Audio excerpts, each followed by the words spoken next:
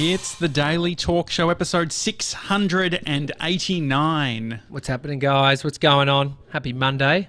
Morning, Shannon. Thank you, Tommy. I don't know if people who are who haven't listened to the pre-show rambling would understand the morning Shannon. They don't need to, Josh. They don't need to, mate. You have to join us in the live chat we do it. If it's 2 in, get in. Yeah. YouTube.com/The Daily Talk Show. And you can turn on the notification bell. So when we go live, you get a push notification. There you go. We've got an exciting announcement. Another one. We can't have... Are you just the announcements guy? Yeah, Yesterday you're the chores guy. Yeah. So the chores are going well, but I think we did a few things up in the air, a few announcements. Just quickly, quickly on the chores thing. Mm-hmm. I am getting a little bit sick and tired of the Instagram stories. Well, just unfollow him. It's his account. It's not the Daily Talk Show. If you don't like the engagement, but that's me. I like you. Imagine people that. It's a good point. It's a good point. Your feed has been pretty loose in the past, Josh. Like long time ago, it was pretty loose. I've always been the follower.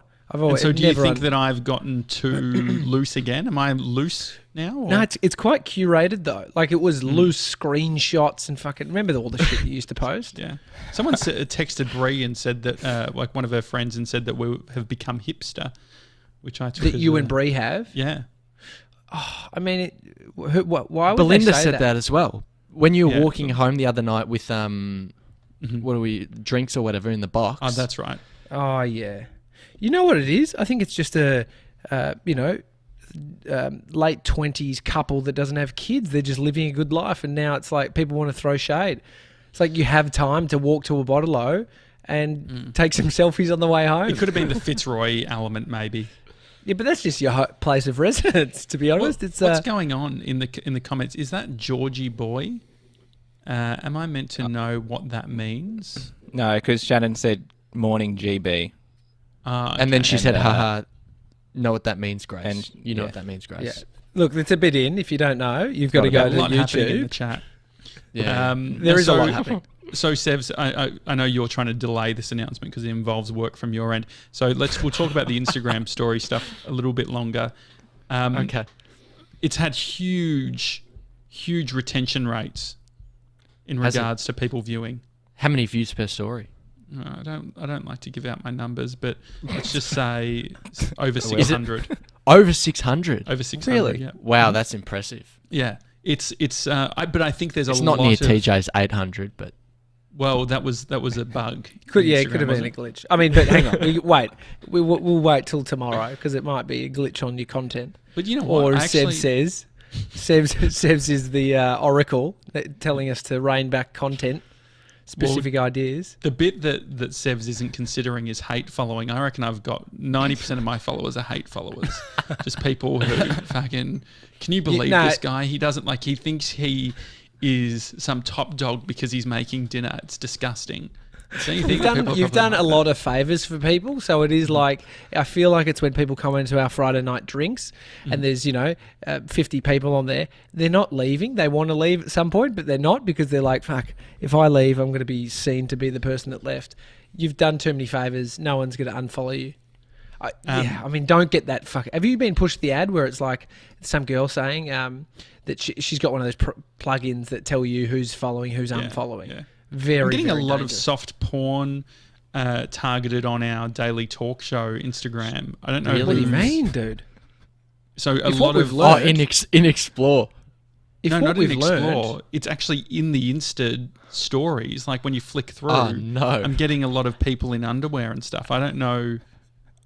ISO times, if anything, remember when I was saying that I was being pushed stuff and you guys weren't getting it.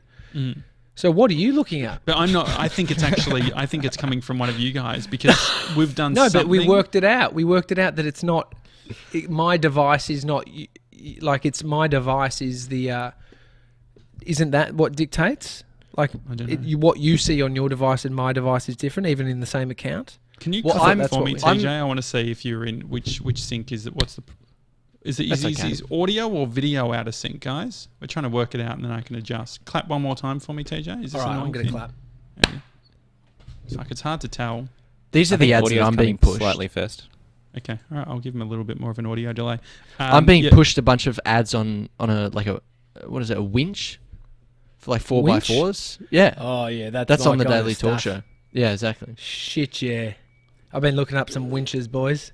No, hey, just on sort of, I think it's like something to do with the timing. Like, if you're just seeing, like, there's a lot more people posting photos, getting into the old photos, sharing, trying to like sponsor throwbacks. Sponsoring to get people to start following new pages. I'm surprised people are even still spending money on that shit, to be honest. But I'm getting like some, heaps of life coaches and stuff. But I got a text this morning, and it was from DHL Info. And it says, your package has been returned to the sender. You must pay an additional $4.65 for your return of your package. I was thinking, oh shit, hang on. We've got a package on the way. Is that mate? Is that me? From FedEx. And then, then I realised it was a FedEx. But it's a complete scam, dude. But man, they've done it well. And Amy got a text over the weekend from the ATO, or what seemed like the ATO, saying you're eligible for the once-off $750 payment. And she signs it, like goes into the link, goes to it, and it is just, it's MyGov. Like, it is identical. It's got even the drop down to show like different banks that you could be with. There is some seriously good scams going at the moment. Be careful. I just got I got one on Skype. If I click a link on Skype, like someone sends me a link, is there anything that can happen, JJ? Like if it's just some random link? Yeah, definitely. So Like, could it do something to my computer even if I just click it? Because I like to think that, like my phone, if I click it on my phone, it's not going to sort of, it's not like a computer. Or is that wrong? You just want to avoid all that stuff, because the other thing too is sometimes they're just testing to see if there's a person actually opening. So if you open it, they're like, okay, we've got this active person on Skype. Yeah. And then you could potentially be targeted again. The weird thing is, though, this is where it's like they play on coincidences, like the DHL thing. If you had a package through DHL that was coming, you'd be like, oh shit, I must have to pay. Well, there's also different things. Like on Sunday, we got a Ozpost. Like that never happens. On Sunday, Ozpost did a big delivery at our building. Grace did the exact same thing. Saturday here we got a delivery from. So why is that happening? Maybe they're backlogged. Maybe it's snail mail's picking up again. But yeah, ridiculous. Oh yeah. So here's the coincidence to the Skype person who sent me the link. Obviously, their account, I think, has been hacked, but it's the guy who I said on yesterday's episode had coronavirus. And so I'm thinking, fuck, I've mentioned him on the show. I never said his name. I just said his initials. And then I get this Skype message. So this is your mate who's a contact of you on Skype who's been compromised, and then they've sent me a link to something. I haven't clicked that one, though. I've clicked the other ones on my phone. And I paid for the $4.65, so I hope I get my package. I think that will happen a lot. But no, it's good. I mean, it is good with like Instagram and stuff. Like they're tracking. It's like when I tried to get Danielle's IP address and I got blocked. So, they are working on getting that stuff. Yeah. And so the Insta stories, to be clear, I'm going to continue to go hard. Would your account follow you or don't? Exactly. Yeah. And so the thing is that I don't even give a fuck anymore. Like I used to, when I was going back a week, I used to look at who was falling off, and then I created these great narratives around. I'm just not entering into any of it anymore. Like I've had too many wasted I don't Friday believe, night dude. virtual. You've been doing that since I met you. I'm always amazed. You're like, yeah, I saw you. You even called me once because I didn't see you. I dropped off. George, why doesn't your mum follow me on Instagram though? Just want to get that. But that was from last week. Doesn't she? Which one? Like her personal account or the book room? No, personal. Both. I will say personal? You guys have two great DPs. Two new great DPs. Oh, thank you. I mean, the problem with my display picture is that I was used to the black and white one, which created a bit of a differentiation between the Daily Talk Show and my personal. And so this morning, when I was posting a throwback, I posted it first on my personal one. And so I need to get into a new sort of muscle memory around which account I'm in. Oh, yeah. No, I get it. George, it does look great. And George looks like a model. You went with the one from yesterday's app, Josh, which was good. Well, I also got Bree to take a photo of me, and I wanted it to have the aesthetic of like a Star Now sort of look. That's what I thought. The photo of you at the end. I was going to comment saying, "Is this your Star Now picture?" And so the way that you do a Star Now photo is you need to be lower than the photographer. You need to bring your body, your head forward, and so you're creating a bit of depth, and you just sort of. Yeah, it works quite well. Is that to get jaw? Is that why you? Yeah, you want to. Yeah, you sort of like defining really that like neck a little bit, and it's just the other thing too. But you don't want to go too far, like nah. Well, Jules Lund taught me that you bring your tongue to the roof of your mouth, and it just defines you. Like just so without. Hang on, let's see. So this is just normal. This is just me, just being my usual ugly self, and then watch. I'm a model. I don't know how much it does. It doesn't do much. Can you do it, TJ? I want to see what. No tongue. So normal, ugly self, tongue, model. You see, yeah, like there's you can definitely a see difference. slight movement, but it's George, you're not going to see shit. Yours is going to go from model to ice addict with your. Just give it a go though. No tongue. No. I can't do it. Absolutely not. I got a small tongue. I think that's the problem. You got a small tongue? Is that like a How do you know that? Short tongue syndrome. Have you actually... No, hang on. Oh, wow. That is tiny. Go to the side. Turn side profile. His tongue is coming out maybe 2 centimetres out of his mouth. It looks like a little snail. Yeah. You've got the smallest tongue. TJ's got a real fat tongue. But yeah, that's because I put it together, like I was tensing it together. I heard something. What was that? It was a news report of a kid that's swallowed their tongue. What's the deal with swallowing your tongue? I don't know. You'd have to have a long tongue. George has got no... That's why they put you in... That's why they put you in recovery position on the side. If you're that's what Bree does after my ODing. Friday night drinks. She always puts me in recovery position before I go to bed. So it'd be if you were unconscious and then your tongue blocked your airway. Like it'd be. It seems weird when you're sort of conscious because it's a muscle that you just sort of stick it down. You're not really. You must be passed out. Something must have gotten pear-shaped to swallow your tongue. Yeah. Well, I just thought what does that actually mean? Does it mean that it sort of flips? It must. Yeah, it's just blocking the airway. You can't actually. Yeah, you're not swallowing. Yeah, so you're not swallowing it. It's just like when you're unconscious or whatever, it can block your airway. Mm-hmm. But you're not actually. You're not choking on. I guess you sort of are. I guess you are. Yeah. Where does the tongue actually start? Oh God, I have no idea. I did see someone. So underneath your tongue, you've got the bit that sort of connects it. I was at a party last month, and someone put their tongue. They were like, "Oh, I've got this thing where I've got too much skin, so it's attached from like the tip of the tongue to the bottom of my mouth." Oh wow! And I can't I can't put my tongue back. And I hadn't thought about it. I was like, it was just born like that, like too much skin connected. And so couldn't pull their tongue back or stick it out that far like you, George. Maybe you have the same thing. Can you put your tongue up to your top of your mouth? No, he's all right. He's got good clearance. He's all right. I think you're all right. I think your tongue's actually fine. It's just we're not used to seeing it, really. Sevs, can we sort of see your tongue? Do you want side? Show me how you work it. Oh, my God. Oh, Jesus. Holy shit. Can you touch your nose? Wow. You'd be able to touch your nose This is for sure. huge. Can you touch your nose? Oh, this is... No. Can you do that? That was like down. a Jim Carrey mouth out. Can you do that one more time? Ridiculous. 3, 2, 1, go. Oh my God, that's impressive. Yeah. Jeez. George, can you do like it? a horse tongue. Just try touch your chin. No, you can't. He's a little. No. He's literally just got the lip of his mouth. So the big announcement is in regards to VIP Gronks.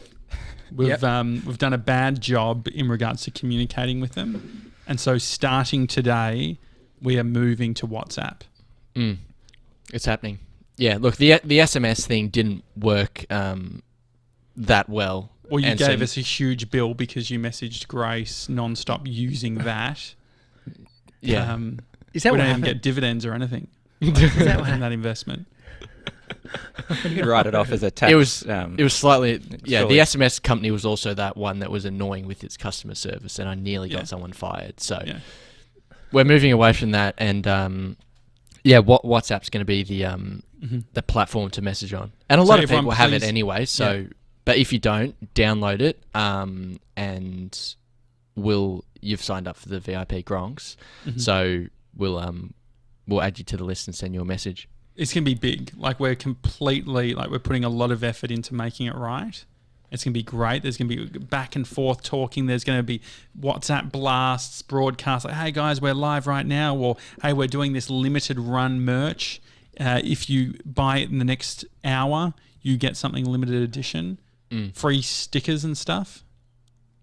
It's pretty good. If you message right now, George will send a pic of his tongue. Yeah, we could definitely do that. Yeah, we could definitely be like, send a photo of your tongue and you get a mug sent to you. That could be fun. I don't... No? Do we not like that? Not. No. I mean, it's verging on like, send us a photo of your feet. Yeah. And that's not okay? Well, no. I mean, I don't want to be on a WhatsApp that's just receiving tongues. Well, maybe we can start a OnlyFans and get people to send us their feet pics and then put them on OnlyFans and then start really making some cash, you know? Oh, yeah, what about like a collage? Gronk Shannon Squad says, OnlyFans. Yes. No, that's not to tongue pics. Huh? Are you sure? Have I got my wires crossed again? No, maybe. I don't know. Anyway, so Grace says gross. Okay, all right. That's a good announcement.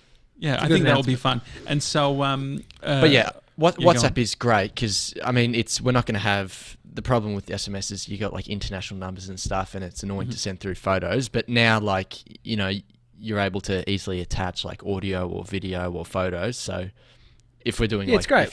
If like Friday night drinks and you want to send us through a photo, you can just WhatsApp it to us, and it's easy. But be tasteful. Good. And then we can we can tell people we're going live on the Zoom call for Friday night drinks an hour before, and then Paulina could be like, "Guys, I don't have the link."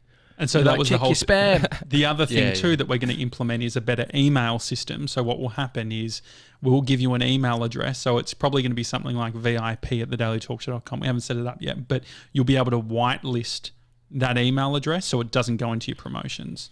In saying that, we'll also be pushing everything to WhatsApp. It's good.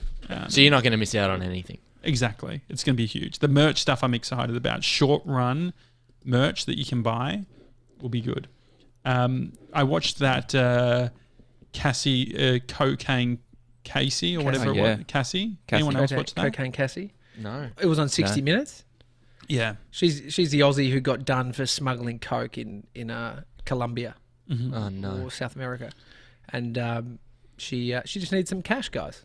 Needs some cash. Pretty annoying, isn't it? Really annoying. So what's she up to now? Where is she? Well, so she was doing a sentence. I don't know how long it was for, but after 6 years.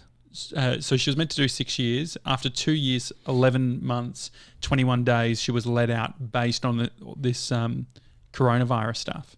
Yeah, it's pretty amazing. There's a guy who 6ix9ine. We've talked about him on this show before. The rapper. He's serving the rest of his sentence in home detention.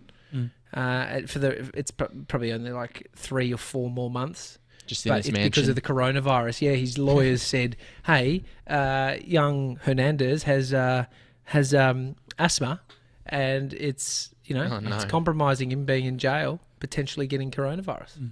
So now he's at home." The thing with this this Cassie person was they accused her of lying a lot. She's a big liar. Have you guys ever experienced someone that is actually like an A grade, completely nuts liar? If you've still got one in your life and you're above the age of 18, just prioritise your friends a bit more. Did you ever lie, TJ? Were you a liar growing up? Oh, I mean, of course I lied at points. It depends. It's like, what do they say? That lying when you're young is a sign of intelligence. But I'm not saying that's for me. But I definitely don't. Have you not heard that? It sounds like something a liar would say, though. No. Children lying sign of intelligence.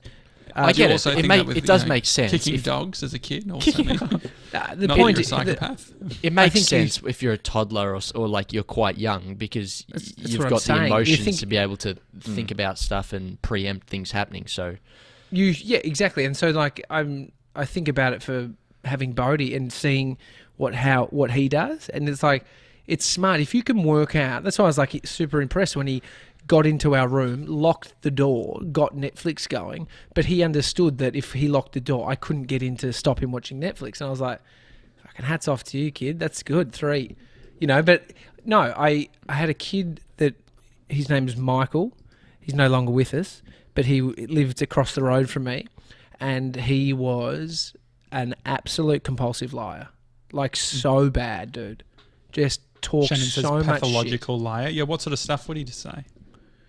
It was just about everything about, mum's got this, or like just an app. Like he was known as the liar. There wasn't one thing. It was always just lying. But like as I'm older, he was someone who was from a pretty hard upbringing, lived in commission flats. His mum had $0. And he had no money and horrible dental hygiene. Like, I just feel like, looking back, I'm like, he got a pretty raw end of the deal. And I wonder if that lying came from a place of pain and understanding of his situation, like subconsciously, not even like I've got no money, or like we're in poverty, but just like it's a protective mechanism based on trying to escape using lying. That's right. Like, yeah. I even remember having, like, we had a kid that lied so much and was so naughty that the teacher actually like called us all in to talk about the kid and being like, hey, he's got it really rough at home. Like, this is why he behaves this way. Like, let's all work as a class together, which is that's pretty crazy. Grace in the live chat says a friend from year 8 was the biggest liar. We caught her out on so many times, but she still denied it. Yeah, I think there is a point, right? It has to stop at some point. Like, that's what I'm saying. If you get past 18, when you actually are you're working, shit starts to get a bit more real. So lying about where you've been, being out, like as a kid, like, where were you? Could you imagine down the shops. Like, I was down the drains. Yeah. Graffiti, and so that's like a different one. That's like a protective mechanism so you don't get in trouble from your parents. That's all I did. I was only ever just probably trying to divert. Someone pretending like they had a past career, or you hear those stories of the people who completely made up their CV. Speaking of making up your CV, what are you about to tell us? Mate, run the banner. Didn't have a CV. My assistant principal at high school lied on his CV and said he had a master's. And so, and so I don't know, he didn't have a master's. And it turned out he worked at Masters, the Bunnings alternative. Yeah. Well, so anyway, so everyone found out about it, and they obviously sacked him, and then it got plastered all around school that he didn't have a master's, and so people were like tearing sheets down, trying to like hide it all up. It was a big cover up. Like, I don't even know if it's in the news. I thought about lying yesterday. I thought about what I would have lied if a police pulled me over when I was driving, and I was going to my parents' place, and had to get some stuff. That was a lie. Didn't have to get anything. Wanted to just go over there. Anyway, here we go, exclusive. But I was like, what if the cops pulled me over? I don't think I'd have a problem in saying, I'm just going to drop some stuff off to my parents who are, in their 70s. Like, is that bad? Like, at this level? That's I don't even know what the rules are. Like, when I've been going and taking photos, am I better off having a fight about that I'm media, like I had with Bree the other week? I'm media. Or am I better off pretending like I'm going for a walk? Yeah. Definitely the walk. You reckon? Yeah. Yeah. I mean, the honest, just say I'm a creative. I'm sort of jumping around I'm jumping up. What's the phrase? I'm jumping up. I'm jumping around the walls, or jumping, just like I'm parkour. No, itching at home. to get out, and itching to get out. I need to create. Well, I'd already created the story where I was going to be like, mate, I was in lockdown before any of you, and now I want my out. Like I had like my whole, like I was just gonna be disgusted. All right, Josh, what's the difference in, say, you're a great storyteller to your own mind, the narrative you spin on something that you don't know is factual, but you can just, we all do it, right? You see something, you make a connection, it's like you make up the story. Essentially, if that is incorrect, you've lied to yourself. Well, that's thing. It's the all for content thing. Sevs has always, like when I get off like a show, because I go hard at Sevs, he'll normally say, that's not exactly how, I didn't say those exact words. Or for instance, when I texted, like I've got to be careful about my over-exaggeration. So when Trump said over the weekend, he said like the world was going to end. Did he? Could have ended if he wasn't president. Yeah. And so I took it out of context. I mean, we don't know if that's true or not. Could be true. It's true. Could not be true. But the thing is that like Sevs loved it, and then I started to panic. I'm like, have I over-exaggerated? Sevs, was the story that I told as good as the reality of watching it? Absolutely, yeah. It was spot on. That was a great. Okay. I was so pumped when you said that, and so I had to go find it, and it lived up to the expectations. Well, that's good, because I could have. There's been a few times where I've probably been hyperbolic on something, and then someone watches it and goes, "Well, that's not really what happened, was it?" Bodhi, this is a secondhand story from Amy. I kind of am glad that I wasn't there to experience this, but Amy picked up Bodhi from daycare the other day, and there's another mother that was there, and Bodhi said to this woman who is kind of probably tipping the higher end of the scales, he said to her straight out, "Why are you big?"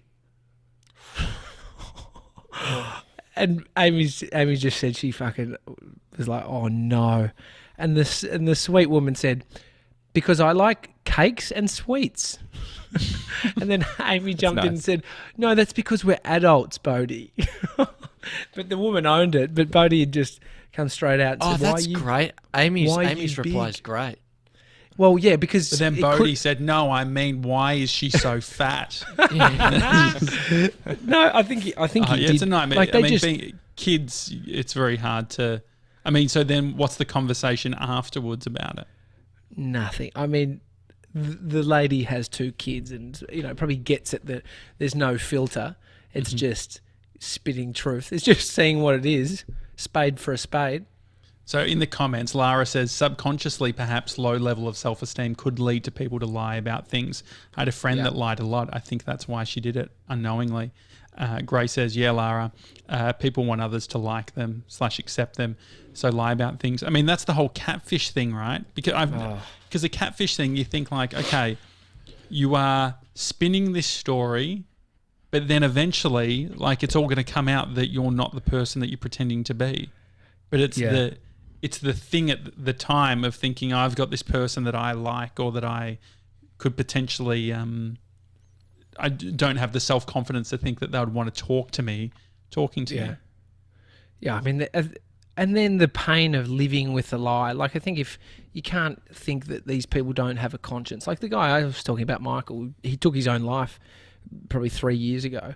The guy must have been in so much pain, like living with... Not saying just that, there was definitely some mental ill health happening, but living with the knowledge that everything you're saying is actually a lie. Oh, there was a fucking con artist that I worked with, actually. His name was Ken. Fuck, Ken, Sounds what like a piece of shit. What did Ken He managed the gym. He managed the gym that I was working at, and I knew the owner. The owner gave me the job. He was the sweetest man ever. And then he employed this guy, Ken, who started managing it, but he just talked a big game. And then I went over to his house because he got this car. And I was like, fucking, I love this. It was like a Datsun. He turbocharged it. It's old school. I went to his house and I walked in and I saw shit from the gym there. I was like, there's those cushions that were out the back. There's that painting that was like in the storeroom. And I didn't really put 2 and 2 together. I was just like, oh, that's from the gym. He's the manager. Maybe he's just like, yeah, whatever. Anyway, it turned out he had been absolutely fleecing the shit out of this. He'd been telling members who needed to renew their membership, sorry, FBOSS is broken. Could you go down and get cash? He bought a motorbike and he was living this complete lie. Here's the fucked up bit. We found out that he was in Shepparton, of all places, this was before I moved there.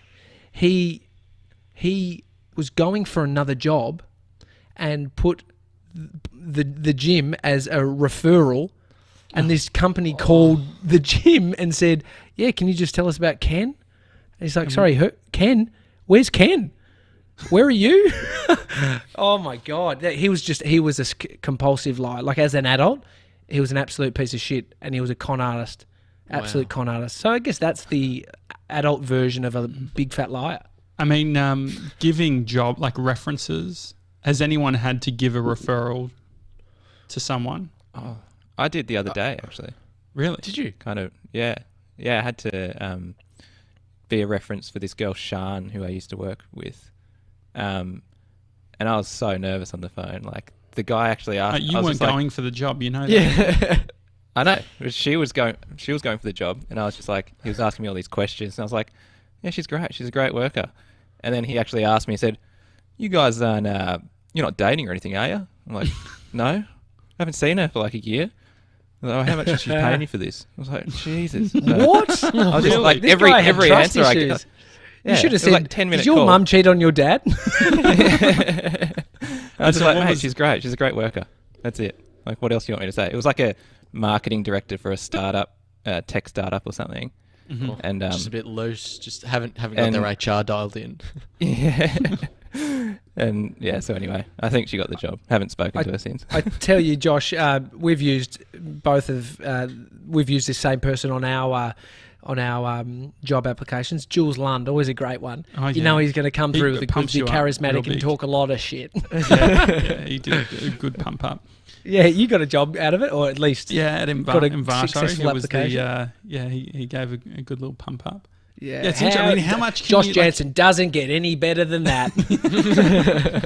I mean, it is I mean, referrals or job interviews in general are dumb. Yeah. I mean, George, when was the last time you had a job interview? I actually don't think I've ever. I've had one. Yeah, I've had one job interview. Didn't get it. But the first Really? job Do you interview think you I interview ever well? had. No, I don't think so. Yeah, the first job interview I ever had was when I was probably 13, and it was for a bakery. And the boss of the bakery, we were standing out in the car park. He was wearing full paintball gear because he'd just come from paintball, smoking a ciggy. And he just said, "When can you start, mate?" I was like, when I'm 14 after school. I was like, yeah, right. Come in whenever then. That was pretty much it. Haven't had one since, apart from the one I didn't get. That is So how have you got your jobs though? Because you've got a job at the moment. Yeah. How did I get that one? That one, I applied for it, and then they said, "Nah, you don't want this job. It's not for you. Oh, really? But we'll call you back when there's something. We'll call you back when What there's was something the better." job that you were going for? I can't even remember. It was like I was just moving down to Melbourne, and I was just applying for shit. And Is that why you reached out to and- Full Stack Films? Just fucking applying for absolute Anything. Shit, yeah. Anything. just dog balls. Yeah. Scraping the barrel, yeah. I don't know. It was just some like production role in like some agency, and they said, "Nah, you don't want this, mate. But when there's some editing stuff, we'll call you." I think that's a nice thing to happen, right? To be said, it was "Hey, nice. you're not right for this role, but we like you so much." Yeah, exactly. And then that's how they called me back when the other editor got hit by a car. Oh, that's right. So yeah, And where were you that night, George? Just driving. you know what? Yeah. It was actually my birthday, and I was at the Melbourne Cup, and I couldn't answer the phone because I was too No, pissed. you got a real good story there. Yeah. But he took his car to the Melbourne Cup, so we're thinking it was him. Yeah, I mean, TJ, if you had any job interviews? No, so I had. What I'm have I proud. had? I've just been playing with your sync, by the way. I 250 know, milliseconds. I think it's actually better now. So. Oh, good. So the gym where I worked at, I walked in and handed my resume to the owner, and he pretty much gave me the job on the spot, which was nice.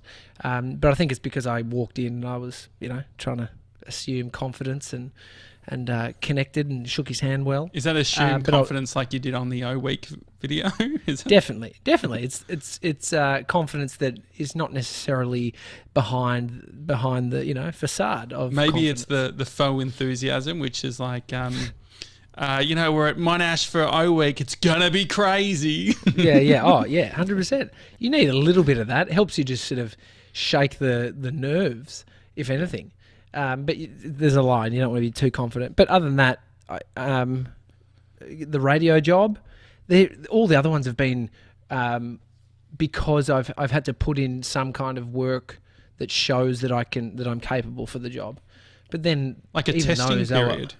Yeah, but you never know you're getting the job. So you go in and you test with, there was who was there? The old mate from Big Brother, the orange hair, long hair, Michael was there, Marty Smiley was there, Nat Harris, who we've had on the show, and we're doing a testing where we're just talking about breaks. I think I told the story of how I shat myself on a boat. Always got to get in there. That's a good one. And then they say there's no jobs that will come from this necessarily, but you are the people that we're looking at. Yeah, there's no jobs that are coming from this, but you are the people who we're looking at if jobs do come up. And then you get an email saying, are you keen on this? But then you got to go and do more testing and did the testing with Candy. Keegs actually recorded the testing that Candy and I did. Keegs was on the show recently. So it's, that's kind of bizarre. But, it's the Matt Mullenweg, your mate, Josh, from Auckland, from WordPress. Yeah. He doesn't live in Auckland, but you flew over there to interview him. Mm-hmm. He has about 1,200 people that he employs. It's automatic dispersed workforce, distributed workforce. Mm-hmm. It's not remote working because remote implies there's a central location for people to work from, and you're just not there. And so he calls it distributed. And he said that he hires people sometimes without even meeting them. He hires them over email. So he sees how they write back to him. He gets them in Slack. Right, speaking with them in Slack. So he's testing them without even meeting them. That's a fascinating concept. Like, imagine if you're going to chat someone on Slack the whole time, you might as well make sure they're good at it. Well, that is the hard skill. It's the hole. They're digging the hole right there. How good's the hole? But I mean, think about moving forward. I was even saying to you, George, we hope that you can be with us for the next 8 years on our 10-year journey. But like your Georgie boy Hump Day replay is the best show reel, is the best piece of content to send to a future employee, because you get to see you're funny as shit, you wrote it, you're creative, it's like that is the way around it. I've always gone for creating a video that speaks directly to the people that are offering the job and trying to just always do something that someone else isn't going to do. And most people won't create it. A lot of people probably create videos now, but it's like, how can you create something? But then you can... Yeah. When I was younger, I thought that I feel like to that point, I feel like I remember I applied for the Rove work experience. Rove did work experience or whatever. And so I made a video, and I was so obnoxious as a kid that I thought that the reason why they didn't pick me was because my production value was too high. I was like, I think I better see what year was well. this? It just seems like it was 2007. I've still got the video. Yeah, I was 17 at the time. But where did you do? Sevs, did you do work experience? Yeah, I did work experience at a SEO place. Oh. What's that? What was that like? Sounds like it's going to have a heap of stories from it. No, it was a great place, but it's just focusing on that one thing is pretty specialized, and it's not really for me. Like, I do enjoy parts of it, but I don't want to be a specialist in it. So yeah, no, I feel like you could be. Yeah, there'd be something interesting about going in, learning, and then sort of moving on. Potentially. Yeah. Did you have a careers counsellor? What did the careers counsellor tell you to do when you were finishing school? Never went to one. Really? Yeah, I didn't go to one either. Do you think they're still around? Don't do careers counsellors still around? No, they will. Yeah. Because they get a list of what everyone's doing, and so I never had anything to do with the careers counsellor. But when I got the scholarship, she came up to me and she was like congratulating me on everything. Yeah, and I was like, I've never. Josh, I think they're more for the dungers, mate. Like, do you think? I thought people who are a bit sort of restless and not the smartest in the building. Like Sebs. I remember saying, if I want to become a career counsellor, I'll speak to them. Otherwise, I think I'll find another option. Which makes sense. It's like you want to go to someone that's sort of an industry person. It defeats the purpose of someone having spent a bunch of time becoming a careers counsellor. Oh, I heard it's a coach. The coach. Yeah. Well, this is probably the same pushback as the psych, but I heard Bree tried for the first time having a psychologist on FaceTime, and so they've like changed, a lot of them have moved to telehealth. Telehealth, yeah. How'd she go? Yeah, I mean, it was good. I mean, it was weird without getting personal. Well, because you can start to you hear bits and pieces. But you set up a microphone with an XLR into the other room and you're listening. No, I was FaceTiming Sebs at the time. I'm like, oh fuck, I'm hearing my name. She just needs earphones. Yeah. I feel like she almost wants me to hear it. Yeah, but she's so funny though. Like the psych, like I think it's fine saying, like she would really leans into, oh yeah, that person sounds like a real bitch. Like just like just doubling down. Yeah. It's pretty outrageous. Have you got are you going back to the psych? When was the last time you went, TJ? No, that was a couple of weeks ago now. Mm-hmm. She Are they doing stopped FaceTime? I think they're doing over the phone. I don't want to do it over the phone. Mm-hmm. I want the full I want in-person experience. This is the thing about this coronavirus thing. What do you think about the doctor's appointments? A lot of them could go over the phone especially when they don't have to touch you. They can talk to you, or you can just explain your symptoms if you're just getting so I agree with that. But I think there are some things that are better in person. Well, I heard a psychologist being one of them.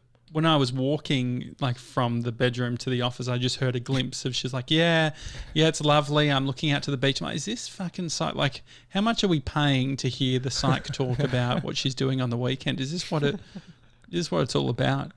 What's the vibe like with your psych? Like, what's the room like? Do you lay down? Do you sit up?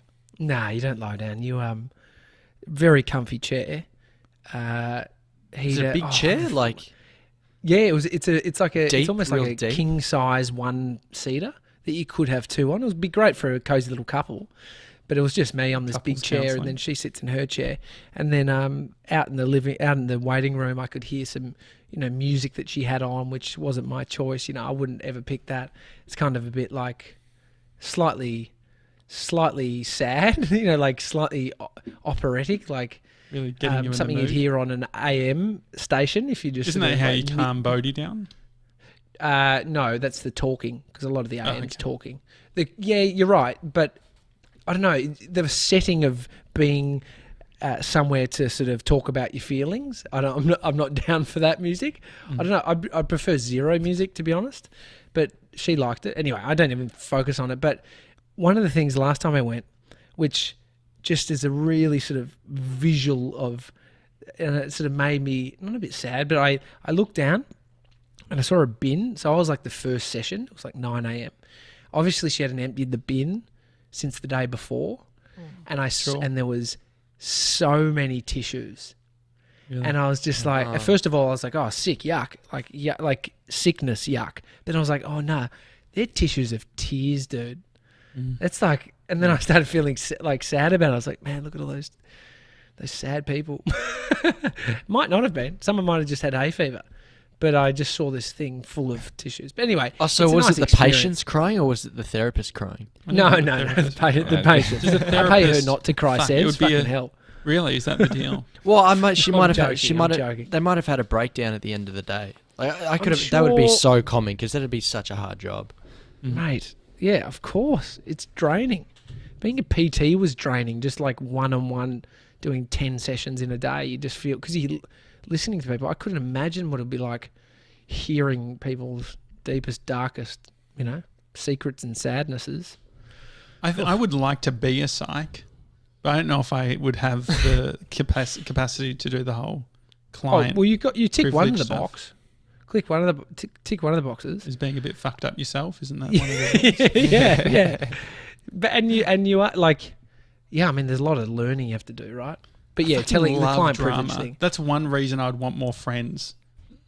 Not for the actual drama between me and them, but I love being the friend. Like if you're having a fight with another friend, I'm happy to bitch. Double down on them. Yeah. I'm happy just to be like, yeah, you're right. Yeah, like this is bullshit. Yeah, they're like, annoying. I can really lean into that. It's all their fault. That's a lot of my friendships are based on the demise of others. It's a bit like you, George. You know, you throw people under the bus. What were you saying the other day? Oh yeah, what was that Insta comment? No, that was just a call from because Bree was disappointed that I said "wow" on the post, and I said, "Hey, I'll happily throw my friends under the bus." Because to be fair, is that a trait? No, it was a joke, guys. Oh, it was gear. It's gear, no, George. I get it, George. I love that George does gear. I thought that your tongue had just gone out, but it was just your bottom lip.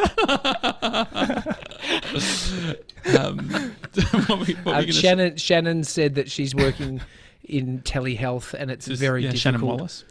Yeah, always pros and cons, but I can imagine it will change some things in health going forward from now. Yeah. And then Shannon Tilney says that she wants you, Josh, to go and experience it for yourself, seeing a therapist. Yeah. Which you can't for a while, so you got a great excuse not to go to a one-on-one in person. Well, do you know who follows me on Instagram? Justin Dr. Bieber's doc. Hang on. Coach or doc? This is the same as Neil Strauss, pickup artist. Oh yeah, well he only followed me for a day. No, so what's the person's name? What's their name? I can't remember his name. Justin Bieber's. But that's the same guy that does like. He's the one that wears the blazer. He's Justin not the Bieber's brain doctor. one. He's Daniel I guess Amen? Daniel Amen. Daniel Amen. Maybe he was the coach. Coach for what? The psych, like a mental coach. Psychology. I'll look at. Let's see if he still follows me. Because maybe we could get blue tick. Justin Bieber coach. Buzz? Is it Buzz? Yeah, Buzz. Sounds Buzz legit. Handle. Mingan. Buzz Mingan. Brain and behavioural health. Oh, let me check. Maybe it's not Buzz. Maybe is Buzz bald? No. Dr. Buzz. Let's have a look. Does he follow me still? Yeah, he follows me. He's not bald. No. Cool. Dr. Buzz Mingan. Mental Health Services. Maybe I could get Dr. Buzz. How's he follow? Like, why does he follow you? Do you think? So I followed him in the early days when the Bieber doco came out. Like as soon as I saw it, I was YouTube like, or like his doco from years and years ago. No. This is literally just the YouTube one, like 2 months ago. And so maybe I could. I've just followed him. I'm going to see if Buzz follows us. Let's get him on the show. Yeah, because maybe he could give us some insights. But well, I'm sure he's. There's a part of me that could get into this whole this faith thing. Been getting all these. Got a book on some like Tibetan shit. Hang on, let's have a look. Shit. You mean Buddhism? Yeah. No. So I've got the book that I'm listening to at the moment, going to bed. It's the Tibetan Yogas of Dreams and Dreams and Sleep. So I thought that was interesting. I just got actually a book that Matt Mullenweg recommended on Tim Ferriss's podcast, all about the afterlife. But no, I just thought like let's maybe my next rebrand after the chores could be sort of spiritual. You know, it's a little bit softly spoken. Requires a little bit more action, George. A little bit. I've been getting I was getting the Jehovah's Witness people coming to my door like recently. They came twice. They came twice. Like I reckon about a month apart, a couple of months ago, and I was just like talking to them. Mm-hmm. Then didn't see him for about a month. Got a random letter in the mail, and it was him. He sent me a flyer in the mail with a handwritten note saying, "Sorry, because of coronavirus, I can't come round." All that stuff. So here's the flyer.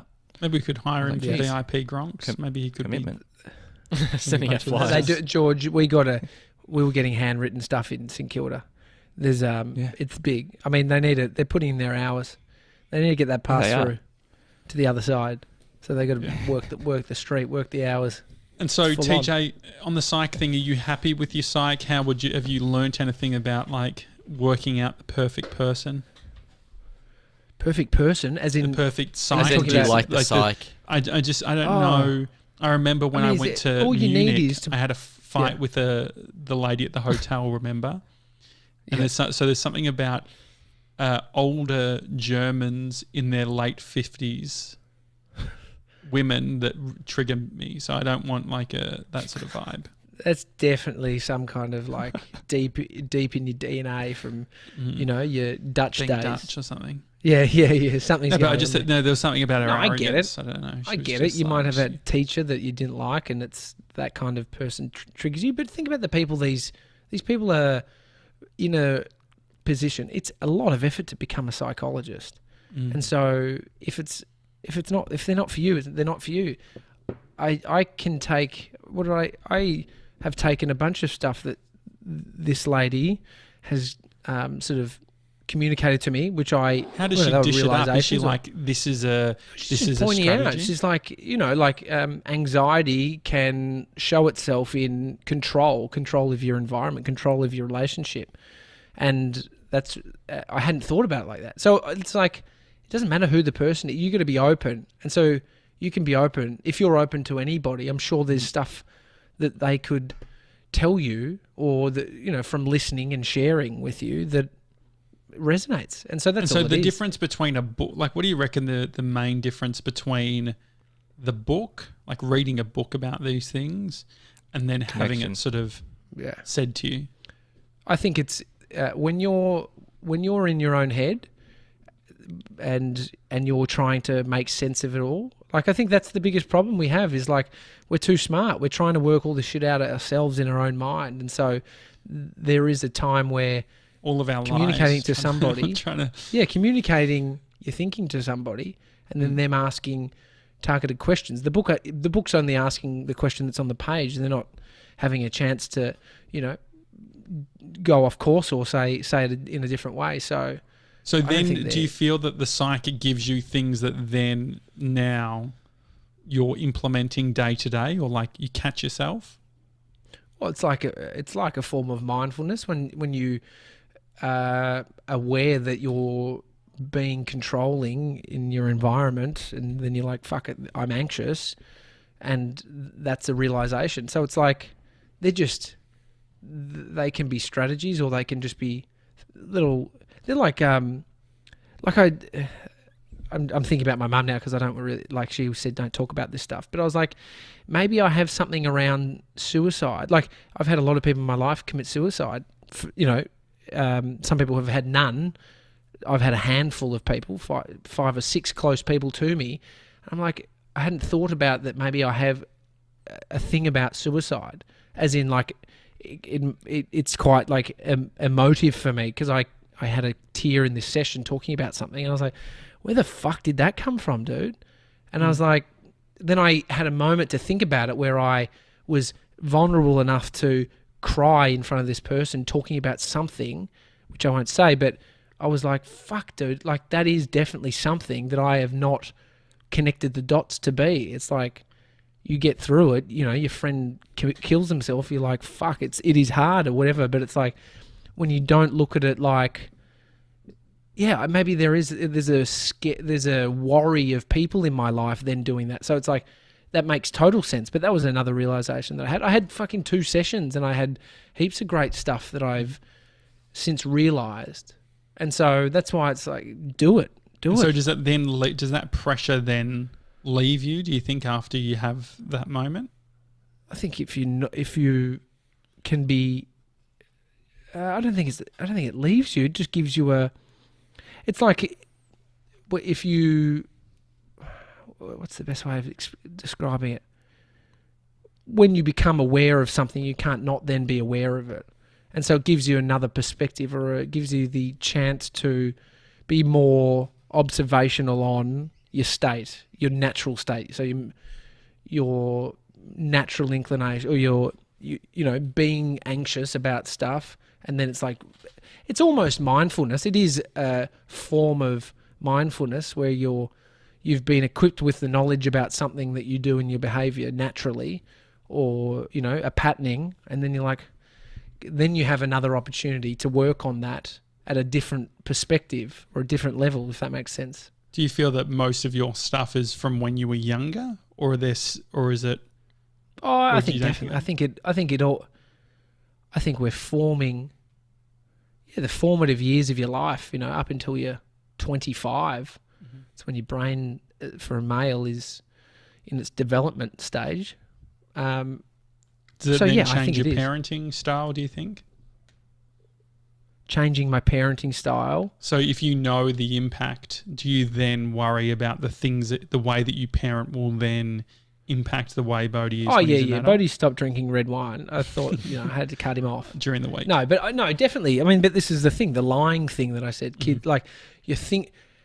having children make you think about stuff in a different way that you would never bother thinking about when you don't have a kid. It's not right or wrong, but it's just no need to think about. It's like the swearing around children.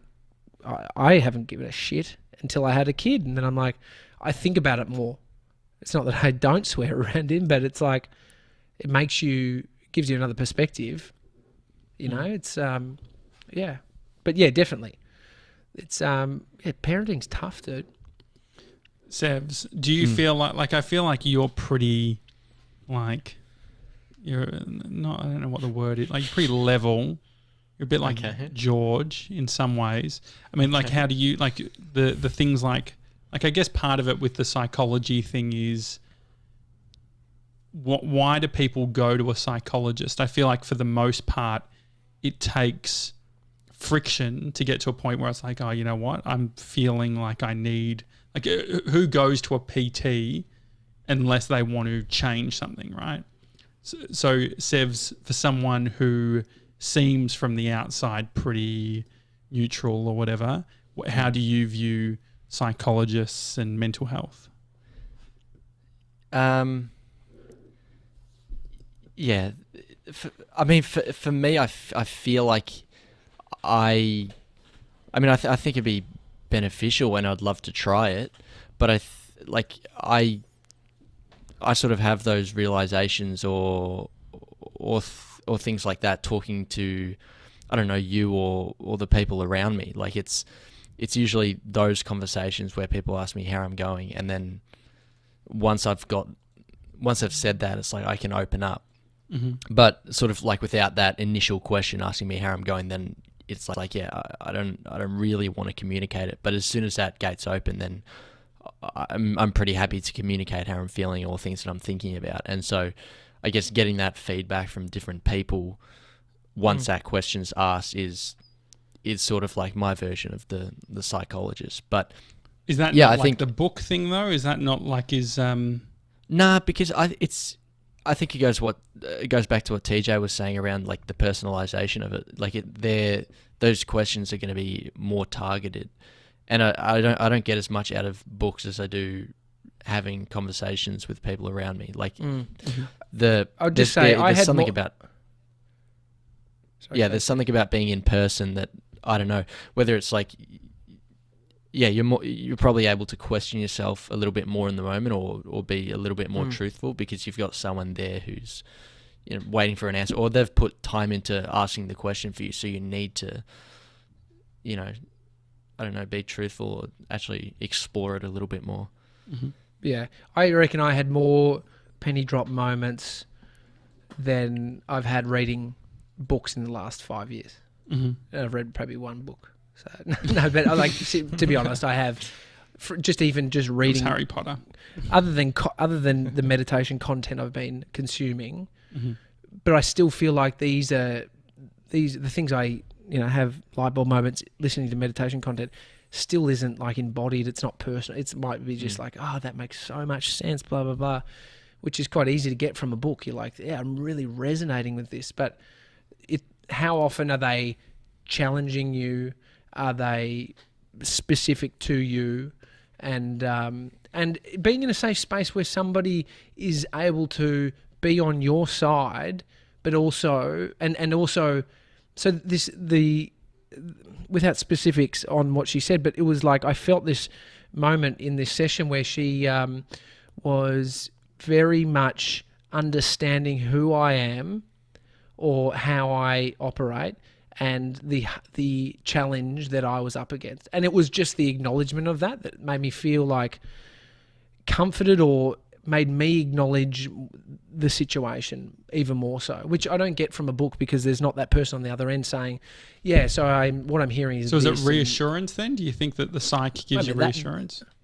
That specific point was a level of reassurance, but you only connect the reassurance when you understand that it's like when you observe that she's identified and she's been listening and has understood where I'm coming from, how I am, how I feel like I am, and how I think, and she's identified these things. And so it was a moment where it was nice. And so that's just one of the bits. It's not the whole session in itself. It's just a moment where you feel understood, which it's not that I don't have people around me understanding, but I think to your point, Sevs, the reason I bring this up is you speak to Josh about your thing. Josh has got his things. He understands you, but it's also the relationship you guys have is a work relationship that's formed into like it's all of that history, right? It's not a non-biased, Josh understands you a lot in specific circumstances. It's not I don't want to say not judgment free. I'm not saying you're judging Josh, but I feel like that's part of I think as being a friend, being able to switch perspectives potentially and being like, okay, it's almost like in some ways a choose your own adventure, which is like, this is my perspective from this thing, or even a question, like if you ask a question that is coming from a place of your own bias, or hey, I'm asking you this question because I think that you should do this, but recognize that I'm only thinking that you should do this because that's how I've done something. I mean, friendships serve, and what you're talking about, Sev, serves, but it's not comparable to that of a highly trained. I'm not the replacement psychologist. of a therapist. Absolutely not. Absolutely not. Yeah. Highly trained psychologist. I never said I was. To be clear, I'm not. No, I'm just using an example because I think we could easily say we've got that friend that we talk to about everything, but it's like there is that unconditional, listening and love that someone can part with and share with you. Not saying that's what I had, but yeah, it's pretty special, and I think that's why it's worth trying. It's worth trying. Lara says on the live chat, I think self-help books are good for surface issues, perhaps areas you just want to improve, but our minds are powerful and complicated, and you need an expert to help navigate it. Yeah, that makes sense. George, what's your perspective on this stuff? I mean, I've never been to a psychologist outside before. Of speaking to me, but but I think pretty much my whole family has. But my under my the bus. Stepdad. No, it's fine. Like my stepdad was a psych for 25 years. So wow, oh really? There was lots of So do you feel like he ever puts on his psych hat? Like, do psychologists sort of? Yeah, for sure. He doesn't like talking about it much. Like, he doesn't want people to really know that about him in case they sort of judge him, when they meet him or whatever. But so I've sort of come from like two different father figure families, I guess. One who's a psych, very open and a psychologist, and the other one who's probably more closed and doesn't talk about his feelings much. So for me, this year it's been about bringing those conversations forward with friends and colleagues and partner and all that sort of thing, and it's been awesome. So I want to do more of it. I reckon I'd enjoy a psychologist session. I reckon it'd be good. There is something in sort of like mate. articulating it. Oh yeah, go for it. This is probably the one time we're seeing George fired up. He seems fired up. To be honest, this is not your traditional fired up, but he seems fired up. Yeah, there is. there is something like being able to, like, just on that, books versus like actually talking to someone. It's the whole like writing is thinking or speaking is thinking. Being able to actually articulate what you're saying, sort of, like, it helps you understand what you're feeling and puts thoughts together. So I think that's probably one reason why I prefer talking to people over just books. Yeah, and then we can call. They can also be the one to call bullshit on the crap we're spinning in our own head, because that's the reality too. We form these absolute wild narratives for our own mind, which we all do it. It's. But do you think, like, part of it, like for me, it's been like the trying not to think too much. Like I feel like my life has been thinking that I need to improve, like like if you think about how obsessed I am outside of the psych stuff, like in regards to everything being non-fiction, feeling like I need to improve, going from diet to diet. Like for me, I feel like my benchmark has always been I need to improve. I'm not good enough yet. I need to keep going.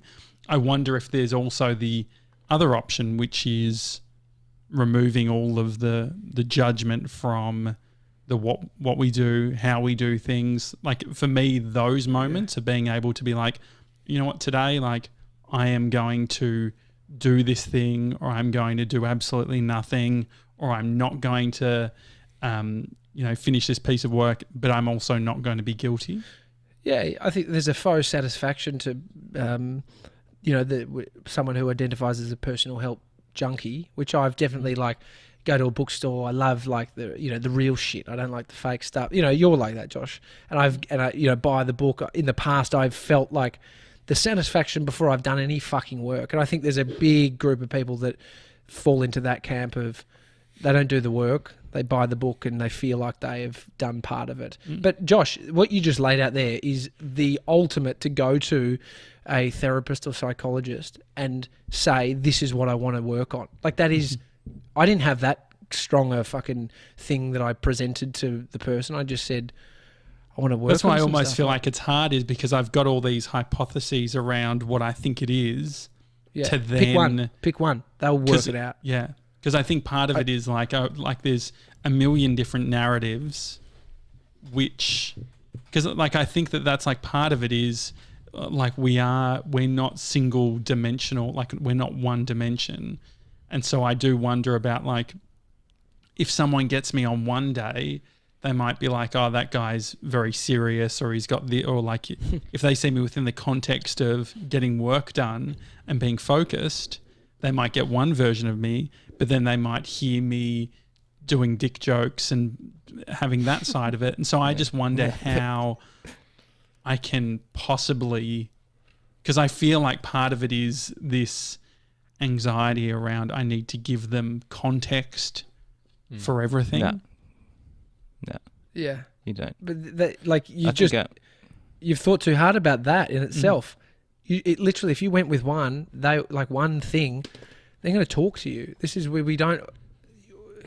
If you can say you have faith that we have the answers inside, but right now we might not have the answer. And so then this person can guide and ask questions that can help you discover an internal answer. And so what are we seeking when we do any of this stuff, even pick up a book, what are we trying to do? Oh, some sort of peace. Like it's stillness. Like I think meditation, mindfulness, there's a deep yearning for stillness and less pain.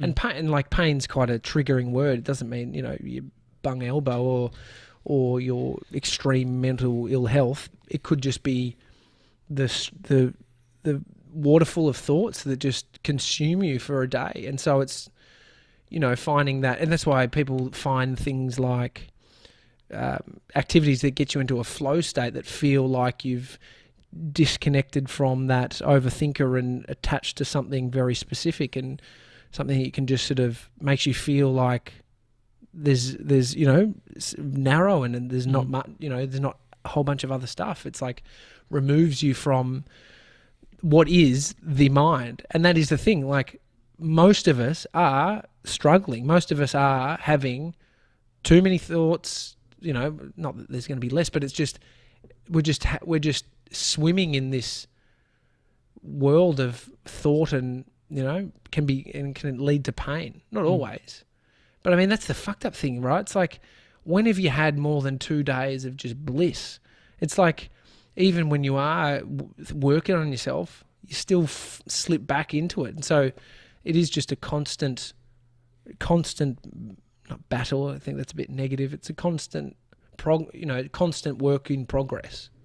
And so, George, from not having those conversations versus going into the conversations, what does it on the other side?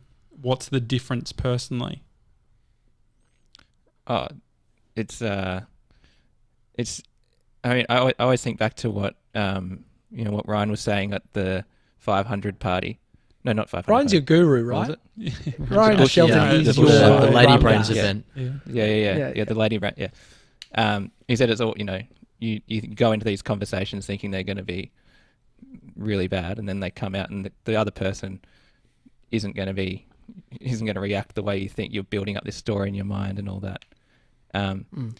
So I think having those conversations, once you get the ball rolling, like Sevs was saying, once it starts happening, and you can just keep going, and just trying not to, I guess, hold anything back, because now that you're in, just you don't want to finish the conversation and 2 days later be like, oh, I was going to say that bit, but I just decided not to. Why do you think we don't say it? Don't know. Maybe because the conversation is going well, and you don't want to ruin it with an extra bit or something. I don't know. Mm-hmm. But with the psychology stuff, like, also I remember him saying this on his podcast. It's the days where you're feeling great. You've woken up, had a walk, gone, had a coffee. Like you go, I'm going to go into this session. I've got nothing to say. I'm having a great day. Everything's good. And those are the ones that are the best ones. That's what he reckons. Mm. So. Yeah, well, because it's then uncovering the stuff. Like, it's not the first thought then. It's the second or the third, or the stuff that's actually that little bit more layered. Mm. Yeah, I don't know. Which then that's the answer, Josh, for you, right? It's like go in with one thing. Doesn't mean that you're not fixed to the idea that you need to fix this thing. Yeah. It could be, it's something from your childhood. Who knows? Who knows? Yeah, I don't know. Like, it's so funny how I really think that the part of the pushback maybe is like when growing up and being told, it's like that was almost the threat growing up, is like when I was misbehaving, it's like, we're going to go take you to the psych. You're going to get on ADHD drug, like, you're done.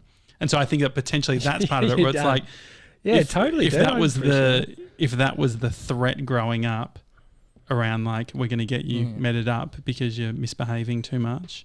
Like, because I don't understand the pushback. I feel like for someone because I'm a people pleaser, it's sort of annoying, because it's like everyone says go to the psych. But it's just like, I love a bit of pushback. And so I feel like part of me, it's like I want to do it on my terms. But I don't know. Are we doing another announcement? That you're the psych guy now? No, I'm not the psych. No, I don't know. Too much, like, fuck. Can you have in your bio in therapy? Maybe if I did it in a podcast, maybe if it was a maybe if I get a psych that could do it. Maybe Justin Bieber. No. Get Buzz to do it. Yeah, Buzz. I mean, Buzz went to Justin Bieber's launch party so he's into the rah-rah, which I appreciate. Yeah, as much as I push back on my mum saying don't talk about your experience at the Psychologist, which I think I think over the years I've worked out what I want to share and what I don't, and having that filter there. I think you're great at it too, Josh. It is a personal experience. Like, I'm not telling you specific details about the stuff, but because it's not needed, but it is a part of the healing, or part of the process. It's all about you, Josh. It's like, you don't want that fucking... Yeah, which I think is weird. I think part of it... It's this weird thing, I think, of... I don't know. But it's like, I'm not going to compare it to retail shops, but I hate I hate going into a shop and having someone like specifically focus on, oh, what about try this or that? Or it's like, yeah, maybe there is something like this is performative. Like there is a performative nature, or it is something that it feels like the purpose of this is to make other people feel good. Whereas potentially the idea of doing, I don't know. I think what you've just talked about there is pushing back on feeling uncomfortable, because that's what it's going to make you feel. And that's okay.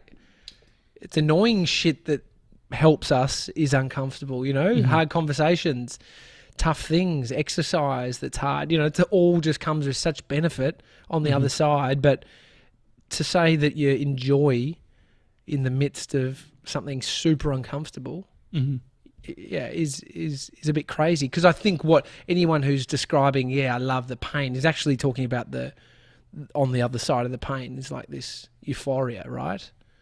I don't necessarily think people are that into pain. It's the knowledge of pain equals something that is pleasurable, or peace, or Wonder what it's like. Like I think about psych, so I'm like, it feels like a luxury. I wonder if you think about third world countries, or you think people that aren't necessarily as well off, or you think about people that are, have nothing but they're happy.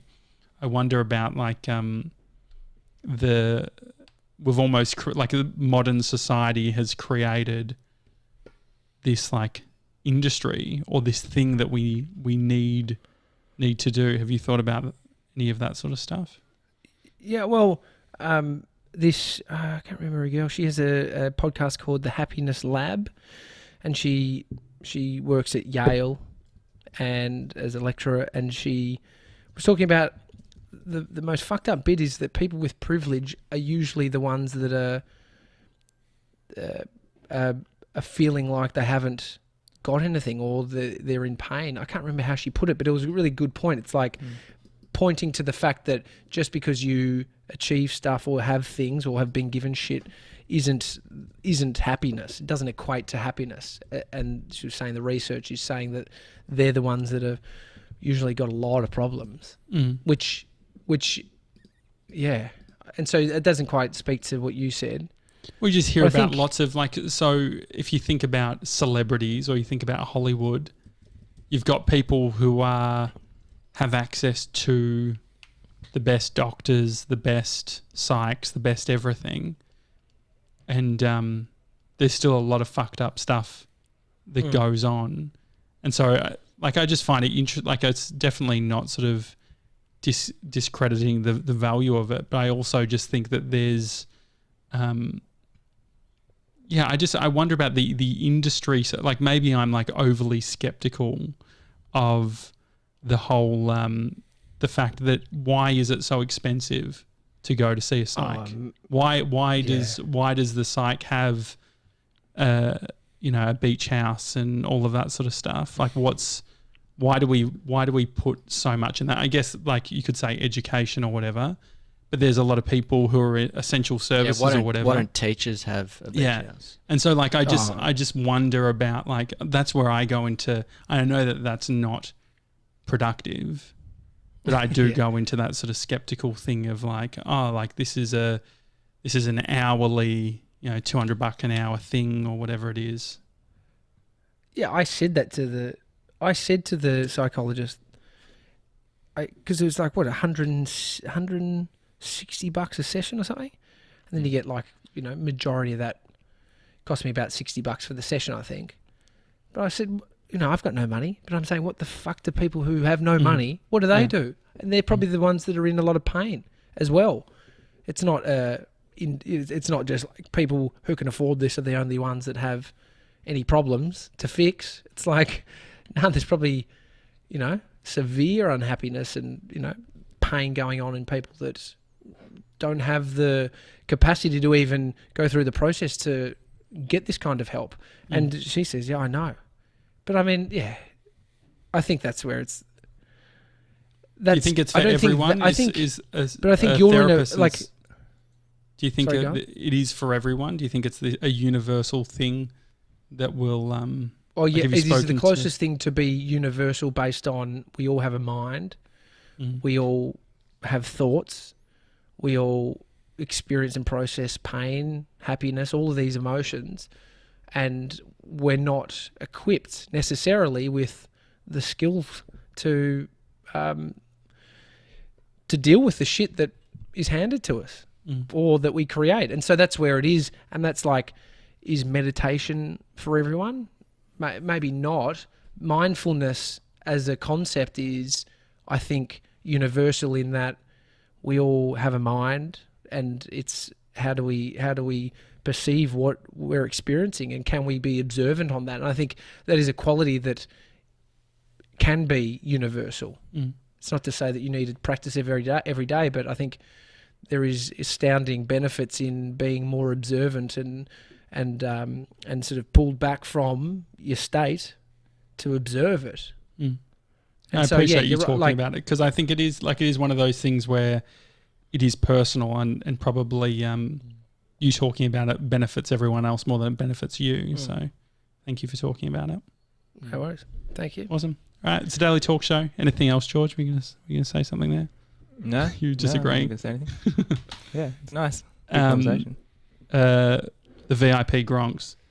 It's happening. Get WhatsApp installed. We're working on it now. We're not doing a theme, are we? For this Friday? Not this Friday. The following Friday, I'm sure. We'll, yeah. Oh, guys, sorry. I've actually given Campbell the official role of Friday Night Drinks promo vid guy. Oh, great. Are you happy with that? Great. Yeah. Does he have glow sticks? Drink cards? I'll get him an award. Yeah, I don't know. He's got a lot of power, and so he's been drinking for days after I told him. It's a bit full on, to be honest. Well, we're getting into the Bree's already looked up Aperol Spritz. We're going to be doing that. Oh, yeah.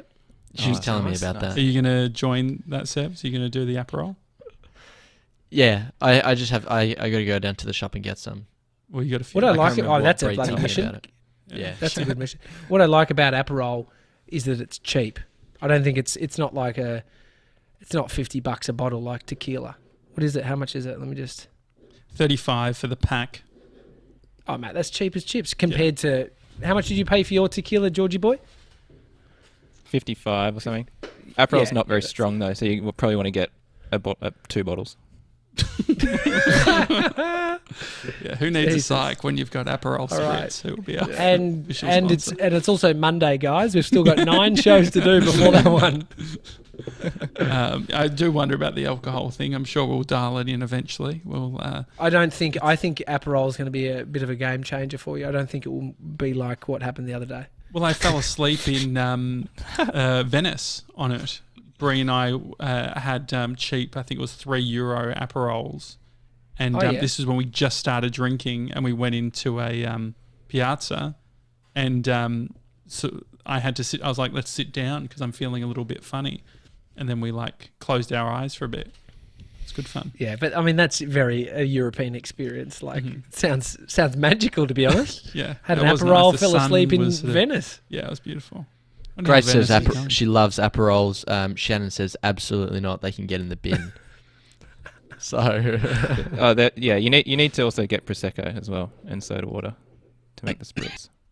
And also you're going to need Prosecco for pack? Wednesday. Oh yeah, get the pack. Yeah. Get the pack. Yeah. Okay. I don't know what the pack is. All right. No, well, I don't know. I think it's from. Bree did say you have to buy Prosecco. Okay. Yeah. That'd be nice. Oh, I might do those too.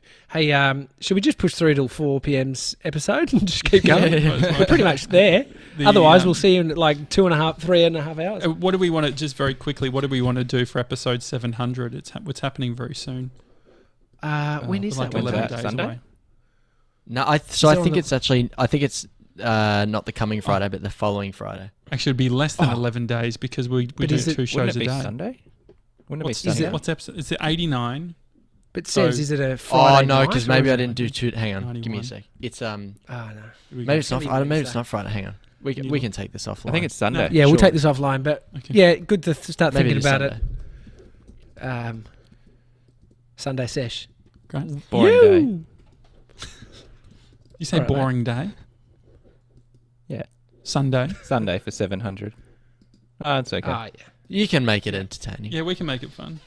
Okay. It'd be nice to do something. I could be wrong. I have to look. Do the maths. It's all right, guys. 11 days, yeah. Okay, great. All right. It's a Daily Talk Show. See you in 3 hours and 30 minutes. Yeah, will do. Bye. Bye.